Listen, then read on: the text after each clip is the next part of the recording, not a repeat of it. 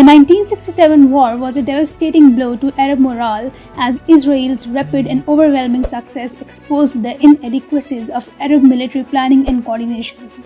For Nasser and the broader Arab nationalist movement, the defeat was a profound humiliation. It shattered the myth of Arab military strength and unity. The loss of Jerusalem was particularly painful because it is a city of immense religious and symbolic importance. Defeat of the combined Arab armies in 1967 was a devastating blow to Arab morale.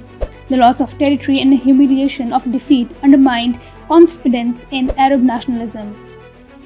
In the aftermath of the war, Nasser offered to resign, but mass demonstrations across the Arab world called him to stay. His decision to remain in power was a proof to his enduring popularity.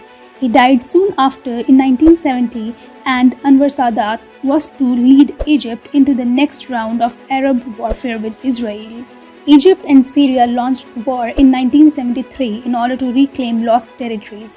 They initially saw Arab successes but ultimately ended in a stalemate.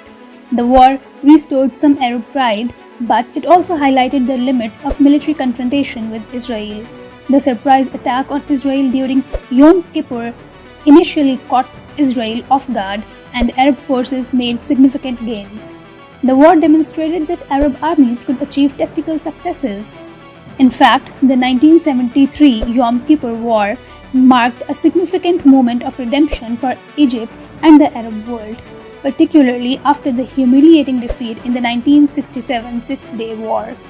Under the leadership of President Anwar Sadat and with careful planning by military commanders like General Saad al-Shazli, Egypt launched a surprise attack on Israeli forces on the 6th of October 1973.